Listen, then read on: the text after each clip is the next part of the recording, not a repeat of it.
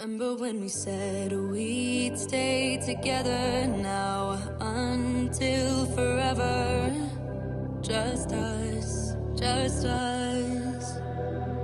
Said we wouldn't be like. It's what you're doing, making me feel like I'm falling.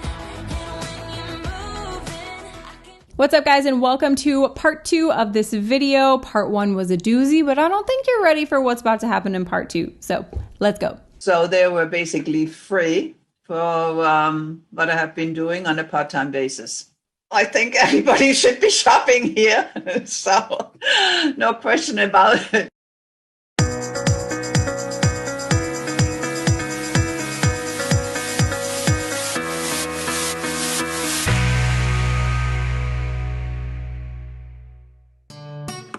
Have you heard? Melaleuca just made one of the biggest business-changing announcements they've made in their 36-year history. It's a complete game changer. It's called Shipping on Us. Here's how it works. First, all Melaleuca members, no matter how much they order, will now receive a low-priced, standard flat shipping rate of $10.22 in the US and $12.88 Is that a low price, though? Is it? in Canada. That's right. No matter how much you order, your shipping will be the same low price. In essence, the more you order, the cheaper it is per product. But even bigger than flat rate shipping, now with Shipping on Us, you can get your entire shipping and handling charge refunded every time you place an order that's 44 product points or more. Yep, you heard right. Whenever you order 44 points or more, you'll instantly earn 100% of your shipping and handling charge back in loyalty shopping dollars to redeem for free Melaleuca products on your very next order. Amazon Prime has free shipping. You heard me. You get a full refund of your shipping and handling charges back in loyalty shopping dollars. So, when you order 44 points or more, shipping costs you nothing because you get a total refund in loyalty shopping dollars. And you don't have to watch any Learn to Earn videos to unlock those dollars. They will simply be there for you to use on your next order. 39 to 43 product point orders earn 50% back. So, the next time you order, make sure you order at least 44 points, and you'll receive a full refund for shipping and handling. And you may want to update your customized backup order or select pack to include at least 44 points worth of products. So if you forget to order in any month, your backup order will also qualify for Shipping on Us. Shipping on Us is just one more way Melaleuca is fighting inflation and making it even more rewarding to shop for your wellness products at Melaleuca. Shipping on Us is such a huge deal. I believe it is an absolute game changer. And if you're a marketing executive with Melaleuca, you have to realize that this program will allow us to increase our product point average, have better retention, which leads to a growing residual income, and the satisfaction of knowing that the more our customers order, the cheaper it will be for them. Okay, picture this. You're 12 years old. It's summertime. You fall asleep watching Jerry Springer reruns, and you're awakened at 2 a.m. to the ShamWow Guy infomercial blaring. Call 1-800-786-7016. Call now to guarantee your free ShamWow mop. And when you call, ask about our ShamWow shutter cleaner. Call 1-800-786-7016. That's 1-800-786-7016. Call now. And it pisses you off so bad. You get up and you shut the TV off like, that's the kind of vibes I'm getting right now. Very infomercial. Okay, so that's only 40 minutes of this 2-hour long Zoom call. But there are a couple other things I want to touch on that kind of relate to stuff that I've mentioned today. So we're going to finish going through the Zoom call at a later date. But right now, I'm going to bring up the video that talks about how he's able to predict what's going to happen in the future. Just because I touched on that and I feel like it's a little bit culty. So let's roll that clip real quick. Hello. 7 weeks ago, I shared some intriguing facts about Frank Vandersloot's ability to see around corners and help us through difficult times. Now, in case you weren't already aware, Frank sits on the board of directors for the U.S. Chamber of Commerce. And every 3 months, he meets in Washington, D.C. with dozens of executives of several of America's largest corporations. These same corporations that he allegedly and all of the reps talk down on if you shop with these major corporations instead of their home-based business. He pays close attention to major economic trends and warning signs. And over my 20 years at Melaleuca, I've been amazed at Frank's ability to see through the noise, focus on the facts, and recognize the warning signs, and then guide us through the tough times in our world and economy.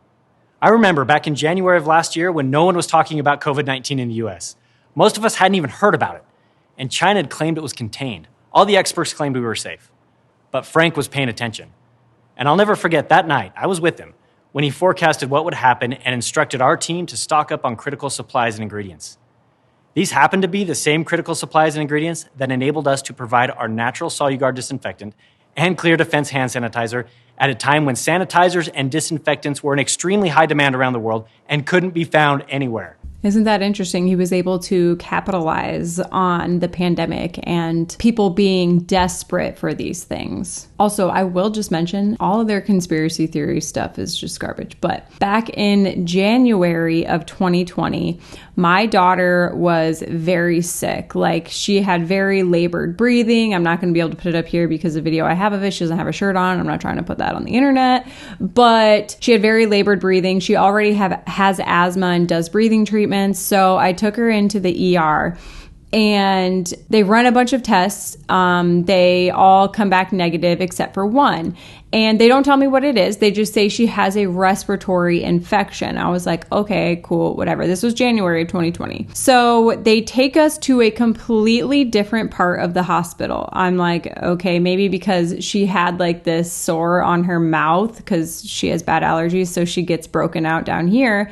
And they thought it might be staph. And so I'm like, okay, that's probably why they took us to the other part of the hospital, whatever. The doctor and the nurse come in like full gear. I don't even know what that gear is called, but like all like the white everything. They have like the extra stuff on. They have the mask on, everything. They come in to give her breathing treatment. And I'm just like, okay, this is like weird, but okay, whatever. Like, I guess they're really freaked out about staph, which I get in a hospital, right? They give her a breathing treatment, whatever. And then the nurse comes in with the discharge papers and she said, did the doctor tell you what she has? And I was like, no, just a respiratory infection. And she legitimately said to me, and she will not be able to deny this because I swear on everything. She said to me, she has coronavirus. This is the first case we've seen of it. And I'm just like, okay, so I go home. I Google coronavirus and it's like telling me it's just a common cold. There are different strains of it, whatever. So I'm like, oh, okay, so she just has a cold. But that's weird that she said it's like the first that they've seen of it. But I just went about my merry way. I'm like, oh, she has a cold. They told me that it could turn to pneumonia for kids her age and kids like compromised because she has asthma already. So I had made a post about it and said, I think I ended up just saying like she has coronavirus, which is just a respiratory infection that can turn to pneumonia. So, you know, we gave her a breathing treatment. She got some oxygen, whatever. Then like a month later, it had to have been like a month later, whenever like we first got word of like actual COVID, I hear that and I'm like, okay, like I want to know like what strain she had because I want to know if like that's what she had because right after that is when our little friend passed away. He was 1.5 years and he had a respiratory infection and the doctors kind of brushed off his mom when she took him to the ER and he passed away from essentially a heart attack. His lungs were working too hard and yeah. So I wanted to know what strain Anna had just for my own knowledge. So I call the hospital and I say, can you tell me, like we were in there a month ago and this is what happened. This is what the nurse said. Can you tell me what strain she had? And she looks at the chart and she goes, they didn't note a strain. Everybody's freaking out about this. It's another cold. Like it's fine. People need to stop freaking out. This is crazy. Like she was mad that I had called to see what strain Anna had because of the news that had just broke about this like deadly virus that is supposedly like on its way to us. And I'm like, okay, I guess I'm overreacting. So that's kind of when the initial in my head, like, oh, this is just another cold, people are freaking out. That's when that like started in my head. And now there's been tons of misinformation either way. So it's like, I'm not going to get into all, like, it's hard to know like what to believe and what not to, because there's been so much misinformation spread. But my point being with that, I don't doubt that that COVID was like present before they thought it was present. They just didn't think it was that big of a deal until it started spreading like wildfire. Now, that wasn't the first time Frank had been far ahead of the experts in accurately forecasting the economy. In late 1999, when investors were racing to pour billions of dollars of investments into dot-com companies and in the stock market, Frank had done his own research. And as a result, he continued to warn us not to invest in those companies and forecasted that the dot-com bubble was about to burst. He published these warnings and spoke about it repeatedly at Melaleuca meetings. And just 12 months later, the dot-com bubble burst and investors lost trillions of dollars. This is why his followers, his members, put so much faith in trusting him, because stuff has happened where he just so happened to be right about certain stuff. If that's even the way it happened, who knows? But that's how he has them all so brainwashed. Hundreds of internet companies went out of business, and the NASDAQ lost 78% of its value. It was the biggest stock market crash since the Great Depression. I'm not even going to pretend to know anything about stocks because I don't. So there's that. Tens of thousands of household fortunes were destroyed. But those who followed Frank's advice did not lose a penny. So follow his advice and join Melaleuca so that you don't lose a penny. Now, fast forward to September of 2005, when Frank identified some concerning trends about the housing boom. In fact, he was so concerned for this Melaleuca family, he went on the road and visited several cities in person, where he warned Melaleuca marketing executives of the dangers of variable rate mortgages. I'm curious what was in that for him. You know, he didn't take time out of his day to travel around the U.S. and warn people about the housing market and percentages of interest rates, mortgages, whatever. Knowing how money hungry he is, you know he did not do that without something in it for him. I'm curious about that. I might do a little bit more research into it. He specifically warned of a bubble in the housing market and forecasted it would soon burst. He warned of foreclosures and boldly stated that banks could potentially fail. Then he even wrote an article in the November 2005 Leadership in Action warning of the housing market bubble. He gave counsel to avoid variable rate mortgages, to pay off your home, invest wisely, and have some dependable supplemental income. And 8 months after this article, the housing market peaked. And not long after, banks started foreclosing on hundreds of thousands of mortgages. So maybe that's what was in it for him. He wanted to inform people about it so that they would invest their money into this dependable source of income so that they were prepared when it happened. It's also interesting to me that they have someone else come on here and say these things, because there's something about, and I'm sure there's a word for it, but I don't know what that word is. There's something about hearing someone else say stuff about another person that makes you feel like it's more reliable, because it's not that person trying to toot their own horn. So us watching this, we're like, wow, this guy really truly believes in this guy. Maybe he's not full of shit. you know? So that's just a little interesting to me. Housing prices began to plummet and the housing bubble burst. And over the next few years, 10 million families were foreclosed on. 10 million. And millions more were impacted. Lives were completely destroyed. Everything families had worked for was gone. And Frank was right. The federal government even had to step in and rescue several banks. And Frank predicted the whole thing at the end of 2005 when no one else was talking about it. These effects were felt for over a decade. But those who heeded Frank's counsel were well prepared and thrived during the biggest economic crisis in modern history. And now, just 7 weeks ago, Frank warned us again. Let's take a look. So now they're trying to prey on the vulnerabilities and the fear and desperation of people who fear this kind of stuff happening, who fear what's going to happen if they're financially hit with something hard, or what's going to happen when the economy crashes, or what's going to happen when the housing market changes. They're now trying to prey on those vulnerabilities and those types of people who have those types of fears. I feel our nation is in danger. grave danger, in danger of never being the same again, in danger of financial disaster. I'm talking to you about this today because I don't think it's too late to change directions. But America will not change directions if we all remain silent. Small businesses all over this country are failing. They are struggling to find employees. Because of this, many are close to failure and closing their doors forever. But unbelievably, even though jobs are plentiful, the federal government is now paying people not to go back to work. As a result, many small businesses are having to close because they don't have enough employees. And if they don't reopen soon, they will need to file bankruptcy and will be closed forever.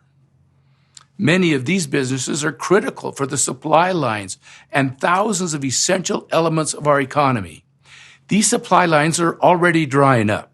Hundreds of manufacturers cannot produce products because of a shortage of computer chips and because of a shortage of employees. They cannot make cars or trucks or tractors or refrigerators.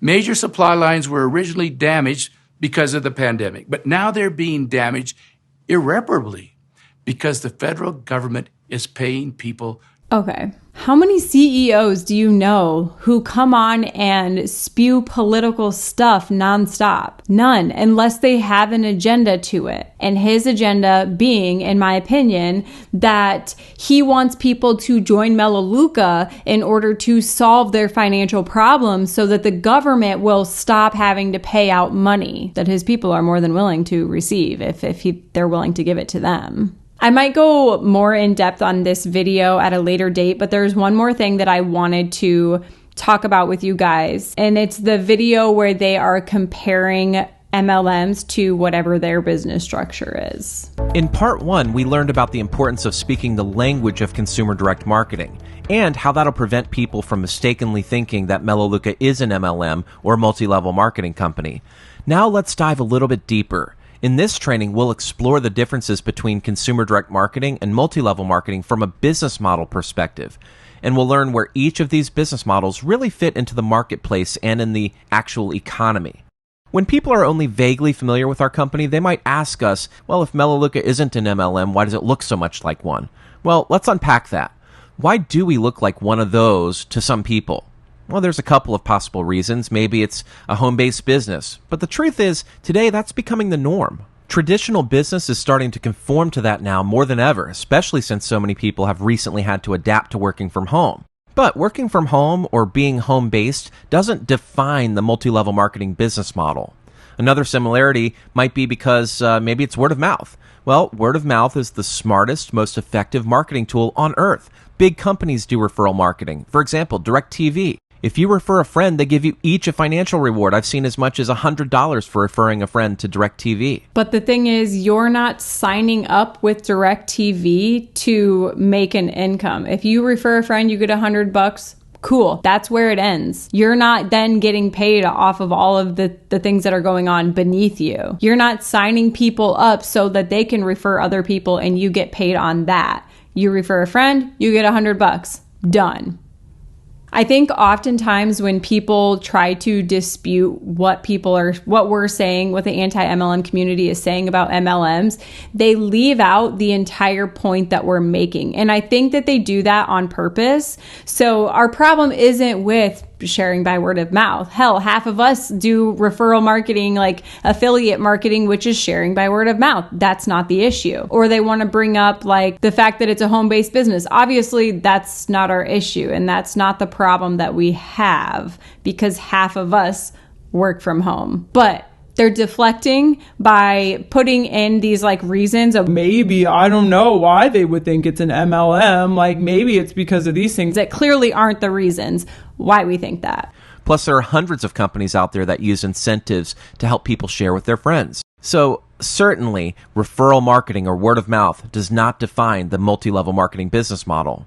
Well, some people say, well, you have to listen to presentations and you have to give presentations. Well, if you think about it, presentations... When has anyone ever said that? I've never heard one person say it's an MLM because you have to give presentations. You give presentations in every business, almost every business. are the most effective way to communicate a concept. It engages two senses, audio and visual, just like we're doing right now. In the corporate world, they'll call it a seminar or a webinar or an executive summary or a business briefing. Startup businesses call it a pitch deck. We call it an overview. And in 1, 2, 3, Go Green, He's saying a whole lot without saying actually anything at all. Like, okay, nobody cares. This isn't what our issue is. You know that's not what our issue is. Call it the membership summary. So the fact that we have presentations certainly would not define us as an MLM business model. Some people say, well, what about that matrix thing? You get paid on people who are, quote, under you. And there's a hierarchy. You know, there's people that are down there and people up above you. Well, take a look at this organizational chart. Every company or organization. How did we know that this was coming? Okay, so, sir, respectfully, let me explain the difference to you. The people within this organization chart that you've structured here to ironically look just like a pyramid as if yours is, our issue isn't with how it looks, right? We have no problem with that. We understand that there's a hierarchy. We understand somebody's got to be in charge. Somebody's got to make the decisions at every level. Somebody has to be in control of the people beneath them. But something that doesn't change within this type of business structure that you're using as an example, Walmart, is the people underneath of them are always getting paid no matter what. Always getting paid no matter what. Like, they're not dependent on the people underneath of them in order to get a paycheck. They're not dependent on anything other than doing their job and getting a paycheck. So it doesn't require the people at the bottom to make virtually nothing, lose money even. Also, these people aren't required to pay in every month in order to be an employee with this company. There's no way for them to lose money because they're making a legitimate paycheck no matter what. I've seen many instances where people who sign up with Melaleuca, either one, didn't even know that they were signing up as a distributor. I'm sorry, not a distributor, a referral customer. Didn't even know they were signing up for that. Didn't know that they were signing up for recurring shipments. Didn't know it was so hard to cancel their membership once they do become a customer with Melaleuca, and who have lost money because you've overdrafted their accounts because it's so hard to cancel once you become a member. These are the differences. Has a structure to lead the organization, execute initiatives, measure production. It's perfectly normal to have team leaders and sales managers that are more experienced and perhaps at a higher status that have a vested interest in helping the rookies succeed. And it's perfectly normal to get paid bonuses on their group or team or territory or division. Wouldn't you say that it's very normal for the National Football League to give bonuses to the coaches on the whole team's performance during the season? So we can't let anyone Yeah, but it stops there. That's what you're missing. It's not an entire structure where more money keeps rising to the top as the people at the bottom are doing the work. tell us that our hierarchical structure defines us as a multi-level marketing company. It doesn't. Now, when having the conversation about why we're not MLM, be careful not to make the mistake of saying, oh, we're not MLM because there's no large investment, no distributors, no risk, referring to the bullets on the no page in the overview. These are the benefits of our business model, but this is not why we're not MLM. These points are made to take your prospects' fear away, not to make the distinction between CDM and MLM. I just wanted to point that out real quick. So if being home-based, using word of mouth, doing presentations, and having a leadership structure don't define us as an MLM business model, the question is, what does define a company's business model? I believe it's self-defining by answering these 4 questions. What is the focus of their business model? What was the business model built for, and where was it created to compete? Who was it built for? And how does the money flow? So, I think those are all perfect questions to ask when figuring out whether it's an MLM or not. 100%. Those are my issues. Let's go through these one by one, and I think by the end you'll have a good handle on what defines multi-level marketing and what defines consumer direct marketing. Number 1, what is their focus? MLM is recruiting driven. Ours is customer driven. Okay. Here's where we run into issues because yes, MLMs are recruitment driven. I forget what the CDM even stands for, but their business model allegedly is consumer driven. The only way that it's consumer driven is because you consider everyone a customer. Regardless of whether they're making an income or not, everyone's a customer. That doesn't mean it's not recruitment driven. If it wasn't recruitment driven, you wouldn't have required people to watch videos about how you can make money with MLM in order to redeem their shopping credits if they were just a customer. There are many more issues that we will run into, but let's continue. Theirs is a business opportunity. That's what the focus is. They talk almost completely about the money. Melaleuca's focus, though, is a shopping concept. Oh, is it though? Because that 2-hour long video, I would say that maybe 15 minutes of it was focused on the actual products and the shopping concept of it. And the remainder of it was all focused on income. All of it. And we're focused on the products. In the MLM business model, the products are an afterthought. We know that in the consumer direct marketing business model, the money only comes if the consumer chooses your brand because there's enough value attached to it. It's the same thing. In an MLM, you get paid for the products that people buy, whether that be a distributor or a customer. In CDM, you are paid based on the products that people buy, whether they are a non-distributor, a customer with a referral link, or just a regular customer. You just name it something different. You can't just like slap a different name on it and be like, this is a different thing if they're the same thing. In MLM, it's all about hype and it's fed by hope and emotion. The whole thing runs on emotion. In CDM, we focus on under-promising because we know that the truth is good enough. Okay, so here's the thing. I didn't finish playing the entire 2-hour-long launch conference that they had because we don't have time for it today, and I'm already probably going to have to split this video into 2 parts. But the entire rest of the video that we didn't watch, aside from like the 15 minutes they talked about products, was about people who had these huge success stories, like making millions of dollars and making $30,000, anywhere from like $15,000 to $30,000 a month was the focus after I stopped the video. And those people were giving their biggest tips for how they're successful, what it's done for their family, how they came from nothing and now they're something, they have worth, all hype and emotion as well. I'll also note that like the first 3 people that they highlighted were all from It Works, or 2 people. First 2 people, one of which tried to recruit me. So that's the focus, completely on the products. What was it built for? Well, in multi-level, it's usually just a vehicle to move money from one pocket to another with a smokescreen of a service or product. I hate to say it, but that's just what it is. We got to look at it for what it is. Consumer direct marketing was built to compete for market share in the real economy. MLM is built on hype fed by emotion, not substance. It's so emotional. I mean, they get people to line up down the street to give them $1,500 because they're promising the world. And in reality, it's all nonsense. It's not going to happen. Your CEO literally said, this is the best option for you to have a better life. We offer the best solution to you living a fulfilling life. That seems like a promise to me. And it seems just about the same as what you just spoke of. Gosh, these people. I think that this company wouldn't piss me off so much if they didn't claim that they weren't an MLM when they are. Like if they didn't try to beat around this because they know that MLM has a bad name, if they didn't try to do that, I don't think I would hate them as much. CDM was built on providing value to the end consumer, and it was built on the real economics of supply and demand. The MLM business model's products were not built with enough value to compete, and that makes them inauthentic in many ways, whereas Melaleuca's products are what I'd call authentic. Now, what does that mean?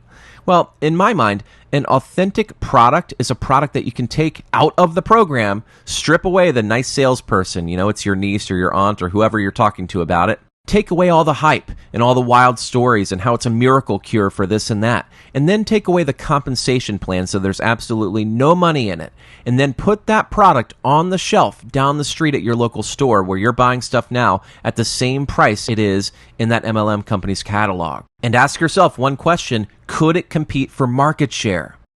So let's think about that. What if we took Melaleuca's Renew Lotion and we put it down the street at the CVS pharmacy and put it next to Lubriderm at $11 and Eucerin at $12 and ours at $9.49? Rewind a bit, sir. Okay, so I did my due diligence and I went ahead and looked up the prices of these products.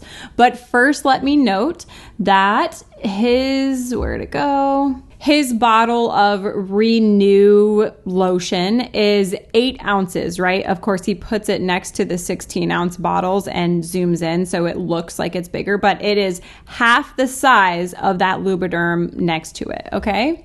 So if we go to Target and look up this Lubriderm bottle that he just said was, I think he said $11. We see here we have a 16 fluid ounce bottle of Lubriderm Daily Moisture Normal to Dry Skin for $5.79. So $5.79 for double what they're getting with the Melaleuca bottle of lotion. Now, he also used Eucerin as an example, which he claimed was, I believe, $12 is what he said. So let's go ahead and see what that one is too. At Target, we have Eucerin Intensive Repair Lotion for $8.99 for more than double what you would get for $9.49 from Melaleuca. So if your question, sir, is whether or not it would be able to hold up on the shelves next to these products, first of all, your prices are wrong. It says prices of July 2020. I would guess that inflation that we're like going crazy about in this video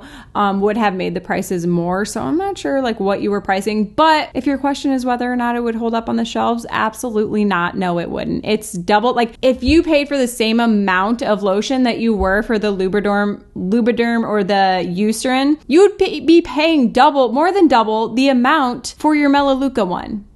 No, sir. But when people within the company watch these types of videos, they take it as fact because of who's saying it. Could it compete for market share? You better believe it. What if we put any of the MLM skincare products at $100 a tube, or vitamins at $150 a box, or toothpaste for $10, or essential oils at outrageous prices? I love how he exaggerates the prices of everyone else's products, but his aren't outrageous, although they're double what the dermatologist recommended at the grocery store is. With no business attached to it, no nice salesperson, we're stripping all that away. Could those products compete for market share? No, and neither could yours. No, they couldn't, because they're not authentic. And by authentic, I'm not saying they're not real products. Of course they're real products, and sometimes they're really good products. But what I mean is that from the start, they weren't built to compete in the real economy. They were built for the MLM industry, almost as an excuse to offer a business opportunity and recruit distributors. Remember, most MLMs are built mainly as a vehicle to move money, and the products are an afterthought. So if you ever want to ask yourself, okay, why is Melaleuca not multi-level marketing? Just ask yourself this question. If Melaleuca no longer had a compensation plan, would you still buy their products? Negative. Nobody would, because they're extremely overpriced, but you have all of your people convinced that it's good pricing because you're not taking into account the fact that you're selling them an 8-ounce bottle of lotion and comparing it to a 16 or 16.9 ounce bottle of lotion, in which case it's extremely overpriced. I know I would. And why? Because you're making an income. Because the products have enough value to hold me as a brand loyal consumer at competitive prices because they're authentic and they're competing in the real economy. Who was the business model built for? This is a big one. In MLM, it was built for the movers and the shakers. CDM was built so that anyone can build. Your grandma, your neighbor, an 18-year-old college student, anyone. In multi-level, it's all about the players who drag their minions from one deal to the next deal. That's not the way it is here. Melaleuca was built to champion the little guy. You know what's interesting, though, is when the people from It Works left It Works and went to Melaleuca, there's currently a lawsuit going on right now because they brought their teams with them and recruited their teams to come with them. So that's interesting that your company doesn't do that. MLM was built for the 20%er, or actually even the 10%er or the 5%er. Let's just be honest. Actually, the 1%er. The average person doesn't make any money in multi-level.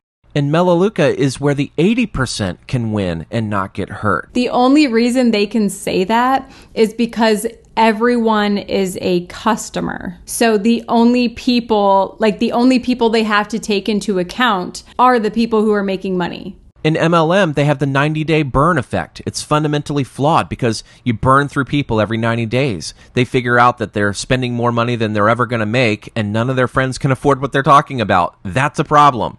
And in Melaleuca's CDM business model, we have a 96% monthly reorder rate for years now. That's because you have to reorder every month in order to remain bringing in an income. That's because it's hard to cancel once you've started your account. And not to mention the fact that your CEO has all these people allegedly brainwashed into believing things that aren't true with his very drastically far right beliefs. So they just follow anything that he says. And if he tells them it's a good price for something, then it must be a good price for something, regardless of the fact that you can find the same thing at the grocery store for half the price. We're leaving out just minor little details there. Now, and it's recently gotten up as high as 97 and 98%. Talk about value to the consumer. The thing that bothers me the most about many MLMs is the way they keep people there, encouraging them to continue spending outrageous amounts of money on products they don't really need. Hold on a second, you guys. Hold on just a second. Wait a damn minute. So this is a screenshot from the CEO. The CEO has some group where only members are allowed in there. And someone sent me this screenshot from the group. And this is what the CEO wrote. 7 weeks ago on our nationwide broadcast, I warned that we were about to see inflation and supply chain issues like we never have experienced before. At that time, we were hearing very little about inflation and nothing about supply chain. This week, the media has finally woken up to supply chain issues and everyone is starting to feel the impacts of inflation. It's going to get worse, much worse. On Saturday at 10 a.m. Mountain Time, I will do another nationwide broadcast to further explain the challenges we will soon be facing as a nation. The good news is we have the solution. Of course you do, buddy old Frank. Why else would we be talking about this? You know what? And this is really starting to clear up my suspicions about the correlation between QAnon conspiracy theorists, people, worshipers, and Melaleuca reps, because here their CEO is doing his own research and proving everyone wrong and proving the government wrong and, all the stuff they do. I'm not shaming anybody for their political beliefs. I don't give a rat's patootie what you believe. I still love you either way. However, this kind of stuff, especially from a CEO, is not okay. Anyways, by Saturday, the media will be talking a lot more about the shortages that I predicted. By then, it will be evident to everyone. It is difficult to predict what grocery stores will run out of. To be safe, I think it would be wise for all Melaleuca members to have a 3-month supply of food in your pantry.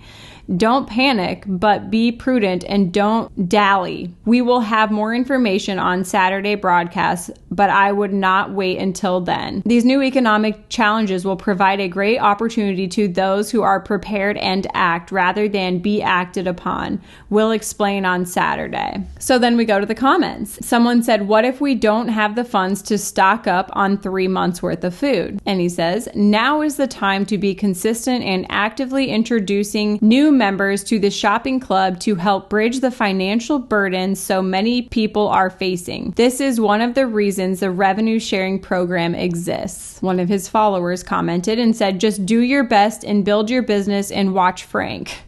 I'm sure either way, we're going to be okay. You are going to be okay. Someone else commented and said, I'm with you, Jean. My hubby and I by far do not have the financial ability at present to stock up. Someone said back, yes, I'm alone on Social Security, live in a friend's spare bedroom, and don't have a car. Lost it all in a relationship I left 1 year ago. That's why I joined Melaleuca, to make a better life for myself. Then the person commented back, together with God and Melaleuca, we will make it. God will provide. The fact that they have these people believing that as long as they're with Melaleuca, God will provide for them is mind-blowing to me. But I do like the comment got cut off with the screenshots that this person sent me. but somebody did comment. It says, request to Frank, please refrain from political statements like last time. As you sit atop a mountain of money, you gave misinformation and scare tactics and told people to call reps to vote against their interests, expanded healthcare, child and senior care support, like adding vision and hearing for seniors. You say you are for, and then it cut off. But just the fact that somebody was willing to like call him out on his BS, I'm really curious like what he or anyone else said, any of his followers said after that. That'd be interesting to know. But regardless, my point being, whether you're an MLM or CDM, both business structures, which are the same, encourage people to buy more product than they actually need in order to push more money to the top. There are many, many, many instances where Melaleuca people are pressured to buy more products than they need, such as the free shipping on us. You have to pay the same amount of shipping, whether you buy a bar of soap or you buy an entire box full of stuff. So you're encouraging those people then to buy more than they actually need because their shipping is going to be the same either way. It's the same, brother. Sorry. It's almost like a cult mentality where they use social pressure to make you stay. What? It's a cult mentality? Okay. All right. So now let's follow the money. This is another big one. You see some people in these companies get huge checks, and most of it's just based on recruiting and all the new people that are starting, buying the big packages. That's not true in any way, shape, or form. The company I was with, we didn't get anything if people just signed up and bought the startup kit or whatever. We didn't get anything. We got when they ordered more products or when people beneath them ordered more products, just like your people do. And it wasn't a large buy-in. At some points, it was $9.99 to join. Other times it was $50. It's now gone up to $150, whatever. But it's not what you're thinking. It's not like the old-fashioned MLMs where you have to buy all of this stock, like thousands of dollars worth of stock, and then that's what your upline gets paid on. LuLaRoe is like that, but many others are not. Most others are not now. When the average person hasn't even profited $40 yet, that's why they have to have a large buy-in. Melaleuca has a $19 membership to open up a shopping account with the manufacturer, and everything, including the $19, is fully refundable, so there's no risk. In MLM, there's promotional volume. They're always asking you to buy more all the time. And with us, there's no incentive to encourage people to spend large sums of money. In fact, we actually have a cap on our commissionable volume, 150 product points per head per month. We just want you to switch brands, that's all. In MLM, there's a large monthly commitment. There has to be in order to keep the money flowing. In CDM, we don't want big dollars. We just want your anyway dollars. We want to compete for what you're spending somewhere else right now. We want a chance to earn your brand loyalty and trust based on the value here. The average person who tries the Melaleuca brand stays with our brand. We're just asking them to exchange where they spend their dollars. So instead of the grocery store or the big box retailer or Amazon, we want them to shop with us. We don't want anything large. We just want what they're already spending. In multilevel, there's something called a volume line that you can call up and say, hey, where's my volume at for this month? Or maybe it's in your back office and you can see your volume in real time. So let's just say it's March 28th and your volume is 4,200 so far for the month. And you need to be at 5,000 to hold your status or earn a promotion, well, you can just buy $800 in products. Sometimes you're really encouraged to do that. And that's very typical in an MLM, unfortunately. They call it garage qualifying because people end up with a garage full of products that they don't need and that they'll never be able to sell to recoup their money. And that kind of silliness doesn't belong anywhere in an authentic business. In CDM, it's real people buying real products they really need, really want, really love, and that they and their family are really consuming each month.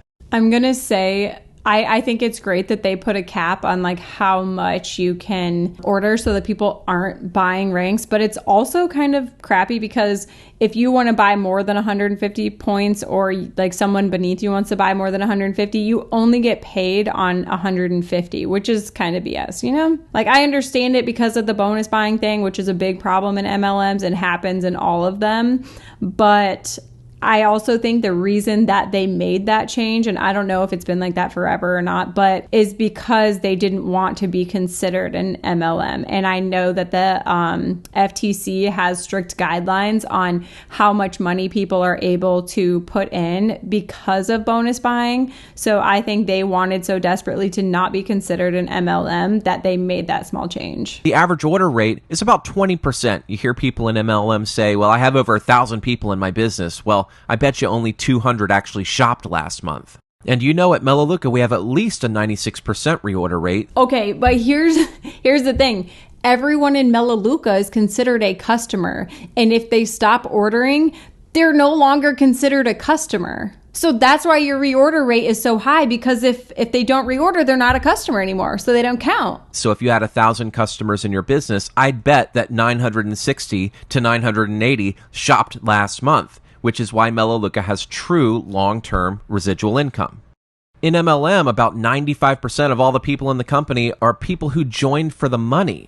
Well, we have 81% of our monthly shoppers who've never referred anyone and don't receive a dime in revenue sharing. Because they're all considered customers. If you combined every customer and every distributor in a company, I'm sure 95% of them wouldn't be distributors. I probably had 1,000 distributors per every, I had significantly more customers than I had distributors. But they want to make MLMs look worse than they are and make themselves look better than they are.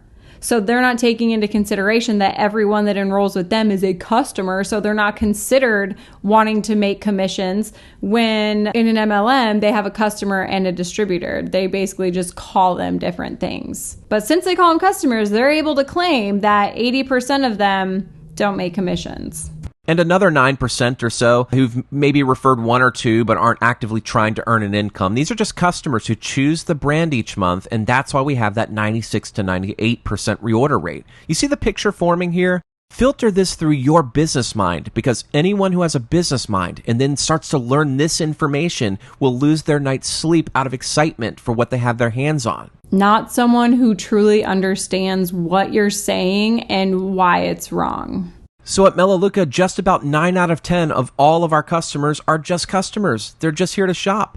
They're not maximizing the revenue sharing program. I mean, it's okay if Melaleuca sends them a check, but they're here for the products. Think about the stability of this business model.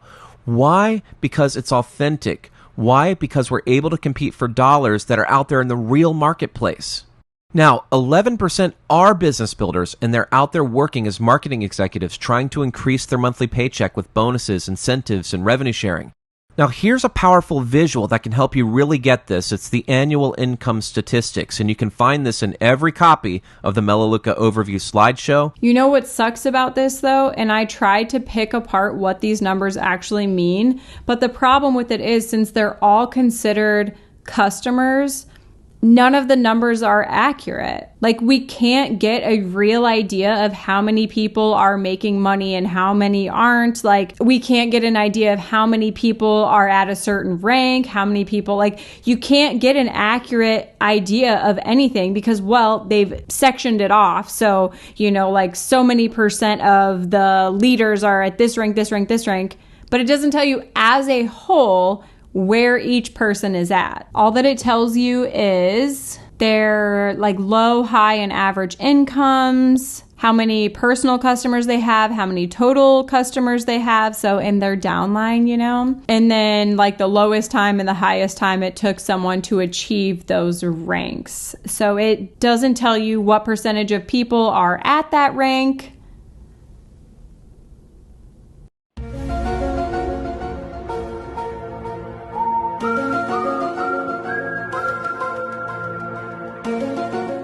Actually, hold on a second. Now that I'm looking at this, okay, it says 81% of customers don't pursue the business opportunity. They're just in it for the products, okay? So then 8% of people are in the range of making $114 a year and $573 a year. So that puts us at 89%.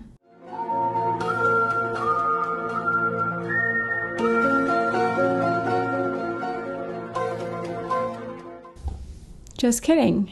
upon zooming in further, because they put this part very, very small, we have roughly 3.5% of people who are at like the top leadership status, which is like the lowest one is an average of $67,597, which was about what I was making for 2 of the 5 years that I was in. So about 3.5%, which honestly, based on other MLMs, is not terrible. But what they're forgetting to take into consideration is all of the money that these people are spending on products every month that they're required to spend in order to get that paycheck. So we're not taking that into account, which is like typical with MLMs, but I mean, they're not an MLM, so, you know, neither here nor there. And when you think about it, all roads really do lead to Melaleuca. What's the average person looking for right now? Vitality, energy, and health. They're turning back the clock of aging. They're looking for money. They're looking for a plan B. They want to reduce their carbon footprint. They're looking to go green, and they're looking to fund their retirement. So all roads really do lead to Melaleuca. If you could take a scoop out of the economy, that raging river of billions of dollars that are spent every single day, did you know that 6 to 8% of the average family's annual budget is already spent on these types of products? Already allocated to non-grocery consumables like toothpaste and detergents and vitamins. Yeah, ones that aren't overpriced. Anyways, I'm going to end this video here. Like I said, the person that sent me this sent me a lot of really good information. So I will be going through more of it. Probably, I don't know, coming up sometime soon. I will be going through more of it, but for now, we're going to end it here. Let me know what you guys thought in the comments. If you did like this video, be sure to give it a big thumbs up, all that stuff. If you want to follow me on social media, you can find me at the Jessica Hickson across all platforms. If you want to join my Facebook group, it's called The Light at the End of the Pyramid, for people trying to navigate life post MLM. And of course, my merch and everything is linked in the description below. Thank you guys so much for watching, and I'll see you in my next video. Bye! Moving slower. I don't know what it is you do. I've been looking at you all